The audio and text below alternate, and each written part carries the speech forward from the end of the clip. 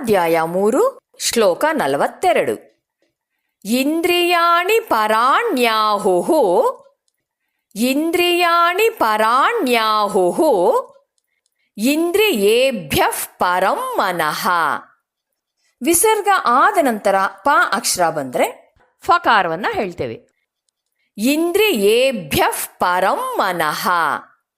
ಮನಸಸ್ತು ಪರಾ ಬುದ್ಧಿಃ ಮನಸಸ್ತು ಪರಾ ಬುದ್ಧಿಃ ಯೋ ಬುದ್ಧೇಃ ಪರತಸ್ತು ಸಹ ಯೋ ಬುದ್ಧೇಃ ಪರತಸ್ತು ಸಹ.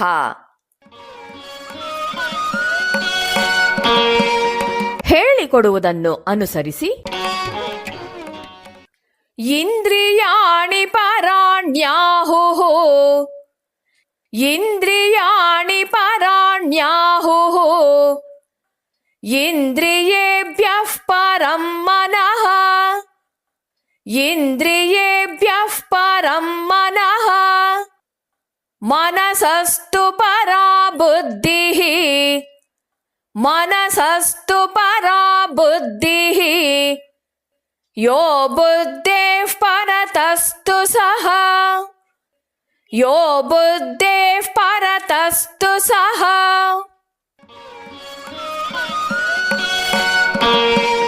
ಪೂರ್ಣ ಶ್ಲೋಕವನ್ನು ಅಭ್ಯಾಸ ಮಾಡೋಣ. ಇಂದ್ರಿಯಾಣಿ ಪರಾಣ್ಯಾಹುಃ ಇಂದ್ರಿಯೇಭ್ಯಃ ಪರಂ ಮನಃ ಮನಸಸ್ತು ಪರಾ ಬುದ್ಧಿಃ ಯೋ ಬುದ್ಧೇಃ ಪರತಸ್ತು ಸಹ.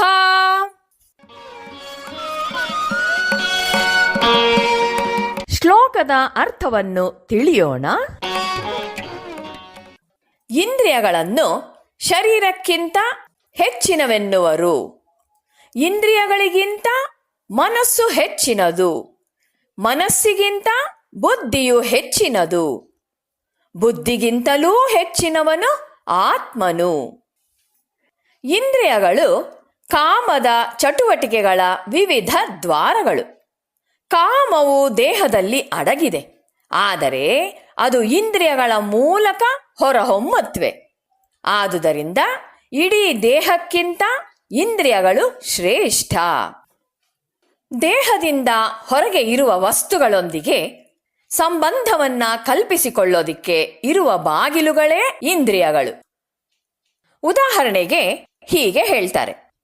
ಮನುಷ್ಯ ಸುಮಾರು 5-6 ಅಡಿಯಷ್ಟು ಎತ್ತರವಿರುವವನಾದರೂ ಅವನು ಯಾವುದೋ ಕೆಲವು ಇಂಚುಗಳ ಸ್ಥಳಗಳಲ್ಲಿ ಮಾತ್ರ ಇರ್ತಾನೆ.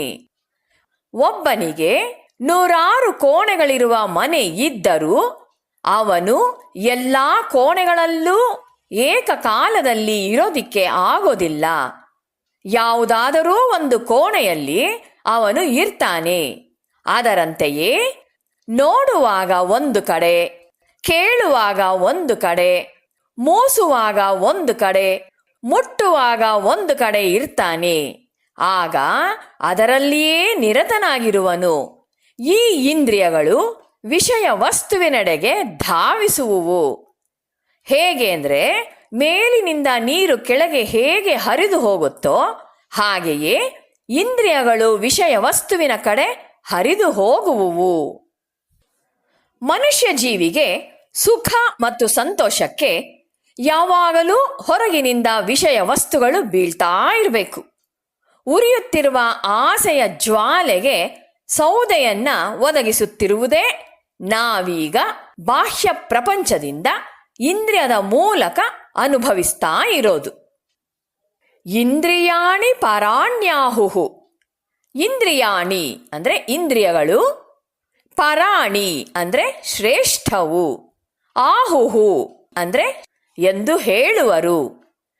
ನಿರ್ಜೀವ ವಸ್ತುವಾದ ಈ ದೇಹಕ್ಕೆ ಹೋಲಿಸಿದರೆ ಈ ಇಂದ್ರಿಯಗಳು ಗುಣಮಟ್ಟದಲ್ಲಿ ಶ್ರೇಷ್ಠವಾದವುಗಳು. ಉದಾಹರಣೆಗೆ ಕಣ್ಣುಗಳು ನಕ್ಷತ್ರಗಳನ್ನು ನೋಡುತ್ತೆ, ಆದರೆ ದೇಹ ಅಲ್ಲಿಗೆ ಹೋಗೋದಿಕ್ಕೆ ಆಗೋದಿಲ್ಲ. ಈ ಶ್ಲೋಕ ಇಡೀ ಮಾನವ ವ್ಯಕ್ತಿತ್ವದ ಆಯಾಮಗಳ ವಿವರಣೆಯ ಒಂದು ಸಾರಾಂಶ ಆಗಿದೆ. ಉದಾಹರಣೆನ ಹೀಗೆ ಕೊಡ್ತಾರೆ. ನಮ್ಮ ಶರೀರವನ್ನೇ ತೆಗೆದುಕೊಳ್ಳಿ. ಚರ್ಮಕ್ಕೆ ಅನೇಕ ಪದರಗಳಿವೆ. ಅನಂತರ ಚರ್ಮದ ಕೆಳಗೆ ಮಾಂಸ ಕಾಣಿಸುತ್ತೆ. ಅನಂತರ ಮಲಿನ ಹಾಗೂ ಶುದ್ಧ ರಕ್ತನಾಳಗಳು, ಅನಂತರ ನರಗಳು, ಮಜ್ಜೆಗಳು, ಮೂಳೆಗಳು, ಅನಂತರ ಮೂಳೆಯೊಳಗಿನ ಪೊಳ್ಳಿನಲ್ಲಿರುವ ನೆಣ. ಹೀಗೆ ನೀವು ಈ ಶರೀರ ವ್ಯವಸ್ಥೆಯಲ್ಲಿ ಒಂದರೊಳಗೊಂದು ಇರುವ ಪದರಗಳನ್ನು ಕಾಣ್ತೀರಿ. ಈ ವಿಷಯವಾಗಿ ತೈತ್ತರೀಯ ಉಪನಿಷತ್ತು ಹೀಗೆ ತಿಳಿಸುತ್ತೆ. ಅದನ್ನು ಪಂಚಕೋಶ ವಿದ್ಯಾ ಅಥವಾ ಪಂಚಕೋಶಗಳ ವಿಜ್ಞಾನ ಅಂತ ಕರೀತಾರೆ. 5 ಕೋಶಗಳಿವೆ. ಕೋಶವೆಂದರೆ ಒರೆ, ಖಡ್ಗವನ್ನು ಒರೆಯಲ್ಲಿಡ್ತಾರಲ್ವ ಅಂಥದ್ದು. ಯಾವಾಗಲೂ ಪರಿಶುದ್ಧನಾದ ಚಿರಸ್ವತಂತ್ರ ಸ್ವಯಂ ಪ್ರಕಾಶನಾದ ಆತ್ಮನಿದ್ದಾನೆ. ಈ ಆತ್ಮನು 5 ಕೋಶಗಳಿಂದ ಆವೃತನಾಗಿದ್ದಾನೆ. 1 ಅನ್ನಮಯ ಅಂದರೆ ಈ ದೇಹ, ಅನ್ನಮಯ ಕೋಶದಿಂದ ಪ್ರಾರಂಭಿಸಿ. 2ನೇದು ಪ್ರಾಣಮಯ ಅಂದರೆ ಜೀವಶಕ್ತಿ, ಪ್ರಾಣಮಯ ಕೋಶ. 3ನೆಯದು ಮನೋಮಯ ಅಂದರೆ ಮನಃಶಕ್ತಿ, ಮನೋಮಯ ಕೋಶ. 4ನೇದು ವಿಜ್ಞಾನಮಯ ಅಂದರೆ ಬುದ್ಧಿಶಕ್ತಿ, ವಿಜ್ಞಾನಮಯ ಕೋಶ. ಮತ್ತು 5ನೆಯದು ಆನಂದಮಯ ಕೋಶ. ಈ 5 ಕೋಶಗಳ ಒಳಗೆ ಅವುಗಳಿಂದ ಮುಚ್ಚಲ್ಪಟ್ಟು ಆತ್ಮನಿರುವನು. ಆತ್ಮವು ದೇಹ ಅಲ್ಲ ಅನ್ನೋ ಈ ಸತ್ಯವನ್ನ ತಿಳಿದಿರುವುದು ಒಳ್ಳೆಯದು. ಇಲ್ಲಿ 3 ಕೋಶಗಳ ಬಗ್ಗೆ ತಿಳಿದುಕೊಳ್ಬೇಕಾಗತ್ತೆ. ಮೊದಲನೆಯದಾಗಿ ಇಂದ್ರಿಯಗಳು, ಜೈವಶಕ್ತಿ ವ್ಯವಸ್ಥೆ. ನಿರ್ಜೀವ ವಸ್ತುವಾದ ಈ ದೇಹಕ್ಕೆ ಹೋಲಿಸಿದರೆ ಇಂದ್ರಿಯಾಣಿ ಪರಾಣ್ಯಾಹುಹು ಅಂದರೆ ಈ ಇಂದ್ರಿಯಗಳು ಗುಣಮಟ್ಟದಲ್ಲಿ ಶ್ರೇಷ್ಠವಾದವುಗಳು. ಈ ಇಂದ್ರಿಯಗಳ ಶಕ್ತಿಯೇ ದೇಹವನ್ನು ಬದುಕಿರುವಂತೆ ಮಾಡೋದು. ಹೊರ ಪ್ರಪಂಚದ ವಸ್ತುಗಳಿಗೆ ಈ ದೇಹದ ವಸ್ತುವಿಗೆ ಹೋಲಿಸಿದಾಗ ಇವು ಪರ. ಪರ ಅಂದರೆ ಉನ್ನತವಾದದ್ದು, ಅಧಿಕವಾದದ್ದು, ಹೆಚ್ಚಾದದ್ದು, ಶ್ರೇಷ್ಠವಾದದ್ದು, ಎತ್ತರವಾದದ್ದು ಇತ್ಯಾದಿ. ಹೀಗೆ ಇಂದ್ರಿಯಾಣಿ ಪರಾಣ್ಯಾಹುಹು ಅಂದರೆ ಇಂದ್ರಿಯಗಳು ಶ್ರೇಷ್ಠವೆಂದು ಹೇಳಲ್ಪಡುತ್ತದೆ.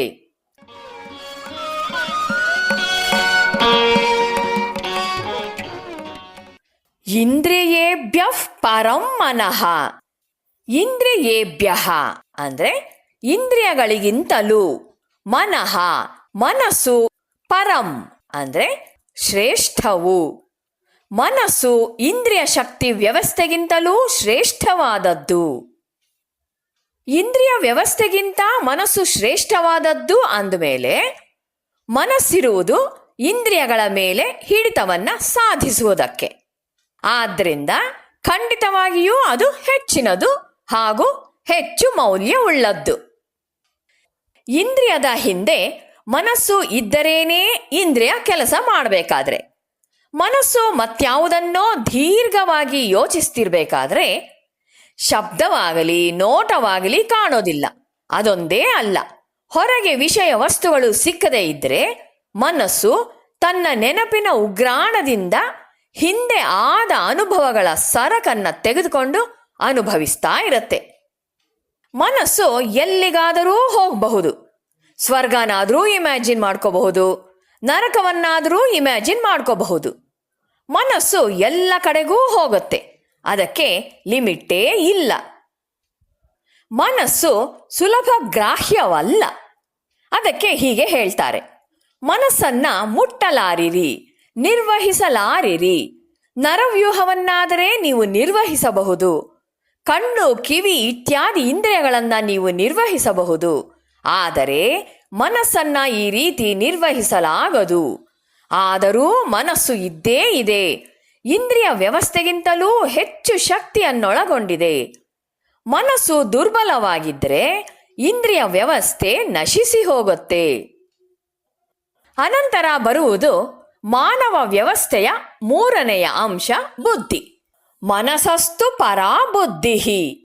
ಮನಸಃ ಅಂದ್ರೆ ಮನಸ್ಸಿಗಿಂತಲೂ, ಬುದ್ಧಿ ಬುದ್ಧಿಯು, ಪರ ಅಂದ್ರೆ ಶ್ರೇಷ್ಠವು. ಬುದ್ಧಿಯು ಇಂದ್ರಿಯಗಳಿಗಿಂತ ಮನಸ್ಸಿಗಿಂತ ಇನ್ನೂ ಸೂಕ್ಷ್ಮ, ಇನ್ನೂ ಹೆಚ್ಚು ವ್ಯಾಪ್ತ ಹಾಗೂ ಶಕ್ತ. ಬುದ್ಧಿಯನ್ನ ನೇದಿಷ್ಟಂ ಬ್ರಹ್ಮ, ಆತ್ಮನಿಗೆ ಅತ್ಯಂತ ಹತ್ತಿರವಾದದ್ದು ಅಂತ ಹೇಳಲಾಗಿದೆ. ಬ್ರಹ್ಮ ಅಂದರೆ ನಿಮ್ಮ ಆತ್ಮವೇ. ಬುದ್ಧಿಯು ಹಿಂದಕ್ಕೆ ತಿರುಗಿ ನೋಡಬಲ್ಲಷ್ಟು ಶುದ್ಧಿಯನ್ನ ಪಡೆದಾಗ ಅದು ಅನಂತ ಆತ್ಮ ಅಥವಾ ಬ್ರಹ್ಮನನ್ನು ಸಾಕ್ಷಾತ್ಕರಿಸಿಕೊಳ್ಳುತ್ತೆ. ಆಗ ಇದನ್ನು ಅನುಭವ ಪಡುವ ಮನುಷ್ಯನು ಬುದ್ಧ ಅಥವಾ ಪ್ರದೀಪ್ತನಾಗ್ತಾನೆ. ಮನಸ್ಸಿಗಿಂತಲೂ ಬುದ್ಧಿಯು ಹೆಚ್ಚಿನದು, ಏಕೆಂದ್ರೆ ಬುದ್ಧಿ ಇರುವುದು ಮನಸ್ಸಿನ ನಿಯಂತ್ರಣಕ್ಕೆ ಹಾಗೂ ಮನಸ್ಸಿನ ಮೂಲಕವಾಗಿ ಇಂದ್ರಿಯಗಳ ನಿಯಂತ್ರಣಕ್ಕೂ ಸಹ. ಬುದ್ಧಿ ಅದು ತನಗೆ ಬಂದ ವಿಷಯಗಳ ಅನುಭವಗಳನ್ನೆಲ್ಲ ಜೋಡಿಸುತ್ತೆ. ಅದರ ಹಿಂದೆ ಇರುವ ನಿಯಮವನ್ನ ಕಂಡುಹಿಡಿಯೋದು, ಒಂದು ವಸ್ತು ಹೇಗೆ ಆಗುತ್ತೆ, ಅದನ್ನು ಪಡಿಬೇಕಾದ್ರೆ ಏನೇನು ಮಾಡಬೇಕು, ದಾರಿಯಲ್ಲಿರುವ ಆತಂಕಗಳು ಯಾವುವು, ಅವುಗಳಿಂದ ಪಾರಾಗೋದು ಹೇಗೆ, ಇವುಗಳನ್ನು ಚೆನ್ನಾಗಿ ವಿಚಾರ ಮಾಡುತ್ತೆ. ಮನಸ್ಸು ಅಲೆದಾಡಲು ವಿಶಾಲವಾದ ಕ್ಷೇತ್ರವನ್ನ ಪಡೆದಿರುವುದು ಅನ್ನೋದರಲ್ಲಿ ಅನುಮಾನ ಇಲ್ಲ. ಆದರೂ ಸಹ ಅದಕ್ಕೆ ಒಂದು ಮಿತಿ ಇದೆ. ಜ್ಞಾನದಿಂದ ಜ್ಞಾನಕ್ಕೆ ಮನಸ್ಸಿನ ಎಲ್ಲೆ ವಿಸ್ತರಿಸುತ್ತಿದ್ದರೂ ಹೊಸ ಹೊಸ ಕ್ಷೇತ್ರವನ್ನ ಸೇರಲು ಮುನ್ನುಗ್ಗುವಾಗ ಬುದ್ಧಿಯು ಮನಸ್ಸಿನ ಅಸ್ತಿತ್ವದ ಎಲ್ಲೆಯನ್ನ ದಾಟುತ್ತೆ ಹಾಗೂ ಹೊಸ ಜ್ಞಾನದ ಹೊಸ ಕ್ಷೇತ್ರವನ್ನ ಪಡೆಯುತ್ತೆ. ಈ ಅರ್ಥದಲ್ಲಿ ಮನಸ್ಸಿಗಿಂತ ಬುದ್ಧಿಗೆ ಹೆಚ್ಚಿನ ವ್ಯಾಪ್ತಿಯ ಅವಕಾಶ ಇದೆ. ಆದ್ದರಿಂದ ಬುದ್ಧಿಯು ಮನಸ್ಸಿಗಿಂತ ಹೆಚ್ಚು ಸೂಕ್ಷ್ಮವಾದುದು.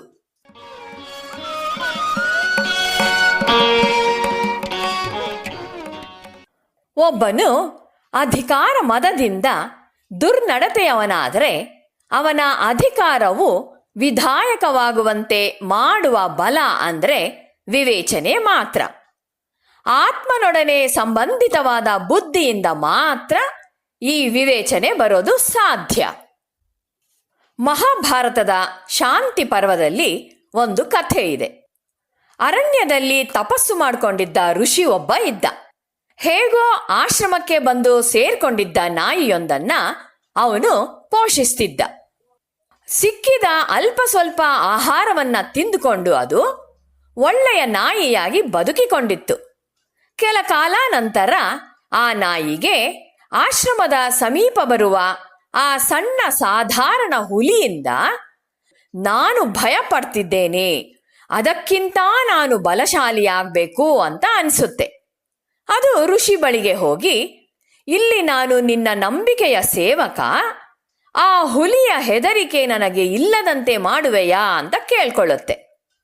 ಆಗಲಿ ಅಂತ ಋಷಿ ಸ್ವಲ್ಪ ಗಂಗಾಜಲವನ್ನ ನಾಯಿಯ ಮೇಲೆ ಪ್ರೋಕ್ಷಿಸ್ತಾನೆ. ನಾಯಿ ಬಲಶಾಲಿ ಆಗತ್ತೆ. ಅನಂತರ ಹುಲಿ ಆಶ್ರಮದ ಹತ್ರ ಬರ್ತಾ ಇದ್ದ ಹಾಗೆ ಬಲಶಾಲಿಯಾದ ಈ ನಾಯಿಯನ್ನ ನೋಡಿ ಓಡಿ ಹೋಗೋದಿಕ್ಕೆ ಆರಂಭಿಸುತ್ತೆ. ಕೆಲ ಕಾಲ ನಂತರ ಇನ್ನೂ ಬಲಶಾಲಿಯಾದ ಒಂದು ದೊಡ್ಡ ಸಿಂಹ ಹತ್ತಿರ ಬಂದು ನಾಯಿಯನ್ನ ಹೆದರಿಸೋದಿಕ್ಕೆ ಆರಂಭಿಸುತ್ತೆ. ಪುನಃ ಅದು ಋಷಿಯನ್ನ ಕೇಳ್ಕೊಳ್ಳುತ್ತೆ.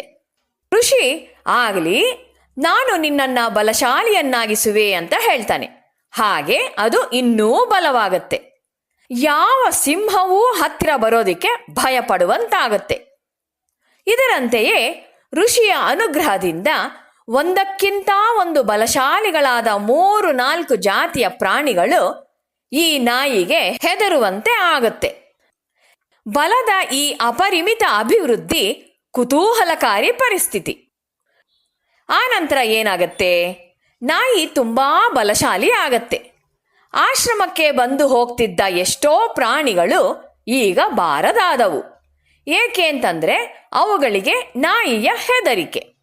ಒಂದು ದಿನ ಋಷಿ ಧ್ಯಾನಾಸಕ್ತನಾಗಿದ್ದಾಗ ಈ ನಾಯಿಗೆ ಅನಿಸುತ್ತೆ, ಈಗ ನಾನು ತುಂಬಾ ಬಲಶಾಲಿಯಾಗಿರುವೆ, ನನಗಿಂತ ಬಲಶಾಲಿಯಾಗಿರುವವನು ಒಬ್ಬನೇ ಒಬ್ಬ ವ್ಯಕ್ತಿ, ಈ ಋಷಿ. ಅವನನ್ನ ನಿವಾರಿಸಿಕೊಂಡು ಬಿಟ್ರೆ ಲೋಕದಲ್ಲೆಲ್ಲ ನಾನೇ ಬಲಶಾಲಿಯಾಗ್ತೇನೆ. ಹೀಗೆ ಯೋಚಿಸಿದ ನಾಯಿ ಹಾರಿ ಬಂದು ಋಷಿಯನ್ನ ಕೊಲ್ಲೋದಿಕ್ಕೆ ಉದ್ಯುಕ್ತವಾಗತ್ತೆ. ಋಷಿ ಕಣ್ಣು ತೆರೆದು ಅದರ ಮೇಲೆ ಒಂದಿಷ್ಟು ಗಂಗಾಜಲವನ್ನ ಪ್ರೋಕ್ಷಿಸ್ತಾನೆ. ಕೂಡಲೇ ಅದು ಹಿಂದಿನ ನಾಯಿಯೇ ಆಗಿ ಹೋಗುತ್ತೆ. ಅದರ ವಿಶೇಷ ಬಲವೆಲ್ಲ ನಿರ್ನಾಮವಾಗತ್ತೆ.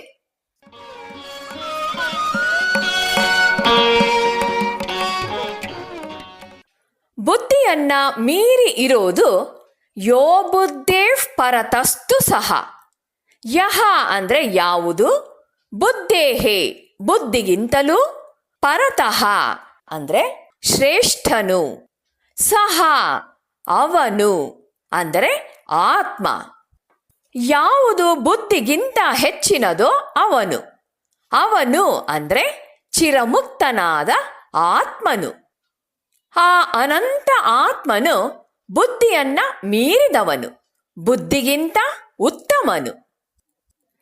ಎಲ್ಲಿ ಸೂಕ್ಷ್ಮತೆ, ಅಗಾಧತೆ ಮತ್ತು ಆಂತರಿಕತೆಗಳ ಆಯಾಮಗಳು ಅನಂತವಾಗಿರುತ್ತವೆಯೋ ಅಲ್ಲಿ ಇರುವವನೇ ಆತ್ಮನು.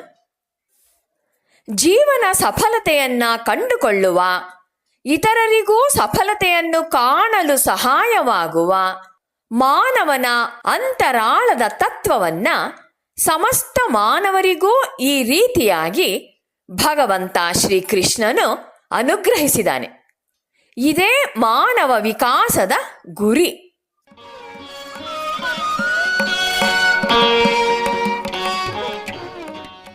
ಶಂಕರಾಚಾರ್ಯರು ಬೃಹದಾರಣ್ಯಕ ಉಪನಿಷತ್ತಿನ ತಮ್ಮ ಭಾಷ್ಯದಲ್ಲಿ ಹೀಗೆ ಹೇಳ್ತಾರೆ: ಶುದ್ಧ ಚಿತ್ ಸ್ವಭಾವವುಳ್ಳದ್ದು, ಅನಂತವೂ ಅದ್ವಯವೂ ಆದ ಪರಮ ಸತ್ಯವನ್ನು ಆತ್ಮ, ಬ್ರಹ್ಮ ಇತ್ಯಾದಿ ನಾಮಧೇಯಗಳಿಂದ ಸಹ ಪರಿಮಿತಿಗೊಳಿಸಲಾಗುವುದಿಲ್ಲ ಅಂತ. ಬುದ್ಧಿಯ ಹಿಂದಿರುವುದೇ ಆತ್ಮ. ಈ ಆತ್ಮ ಅಥವಾ ಬ್ರಹ್ಮನ ಸತ್ಯವನ್ನ ಕುರಿತು ವೇದಾಂತವು ಅನೇಕ ಬಗೆಗಳಲ್ಲಿ ಹೇಳುತ್ತೆ. ಓಂ ತತ್ಸತ್, ಓಂ ಅದೇ ಸತ್ಯವು. ಹಾಗೇನೆ ತತ್ ತ್ವಂ ಅಸಿ, ನೀನು ಅದೇ ಆಗಿದ್ದೀಯೇ. ಆ ಸತ್ಯದ ಒಂದು ವೈಶಿಷ್ಟ್ಯವೆಂದರೆ ಅದು ಚಿರಶುದ್ಧ, ಚಿರಸ್ವತಂತ್ರ ಹಾಗೂ ಚಿರಪ್ರಭಾಯುಕ್ತ. ಅದು ವೇದಾಂತದ ಉತ್ತಮೋತ್ತಮ ಬೋಧನೆ. ಆತ್ಮನನ್ನ ಯಾವ ಪಾಪವೂ ಯಾವ ನಂಜೂ ತಟ್ಟಲಾರದು. ಅದರಿಂದಾಗಿಯೇ ಅದನ್ನ ಚಿರಸ್ವತಂತ್ರ ಅಂತ ಹೇಳೋದು. ಅನುಭಾವಿಗಳು ಸತ್ಯದ ಅನುಭವವನ್ನ ಪಡೆದಿರ್ತಾರೆ ಮತ್ತು ಅದರ ಆಧಾರದ ಮೇಲೇನೆ ಅವರು ಮಾನವನ ಅಂತರಾತ್ಮನು ಚಿರಶುದ್ಧ, ಚಿರಸ್ವತಂತ್ರ ಹಾಗೂ ಚಿರಪ್ರಭಾಯುಕ್ತ ಅಂತ ಹೇಳೋದು. ಎಲ್ಲ ನಂಜು ಉದ್ಭವಿಸೋದು ಕೆಳಮಟ್ಟದಿಂದಲೇ. ಆ ನಂಜು ಎಂದಿಗೂ ಆತ್ಮನ ಔನ್ನತ್ಯವನ್ನ ಕಲುಷಿತಗೊಳಿಸಲಾರದು. ಇದೊಂದು ಗಾಢವಾದ ಸತ್ಯ ಮತ್ತು ಮಾನವನಿಗೆ ಅತ್ಯಂತ ಸ್ಫೂರ್ತಿದಾಯಕವಾದ ಸತ್ಯ. ವೇದಾಂತವು ಪ್ರತಿಯೊಬ್ಬ ಮಾನವನಿಗೂ ಹೇಳಬಯಸೋದು, ಆತ್ಮನು ಸದಾ ಮುಕ್ತನೆಂದು, ನಿನ್ನಲ್ಲಿ ಅಂತಹ ಅಗಾಧವಾದ ಆತ್ಮನ ಶಕ್ತಿ ಇರುವುದು ಅಂತ ವೇದಾಂತವು ಪ್ರತಿಯೊಬ್ಬ ಮಾನವನಿಗೂ ಹೇಳಬಯಸುತ್ತೆ. ಯಾವ ಪಾಪ ಪಾತಕಗಳೂ ಅದನ್ನ ಕಲುಷಿತಗೊಳಿಸಲಾರವು. ಯಾವ ಕೇಡೂ ಅದನ್ನು ಮುಟ್ಟಲಾರದು.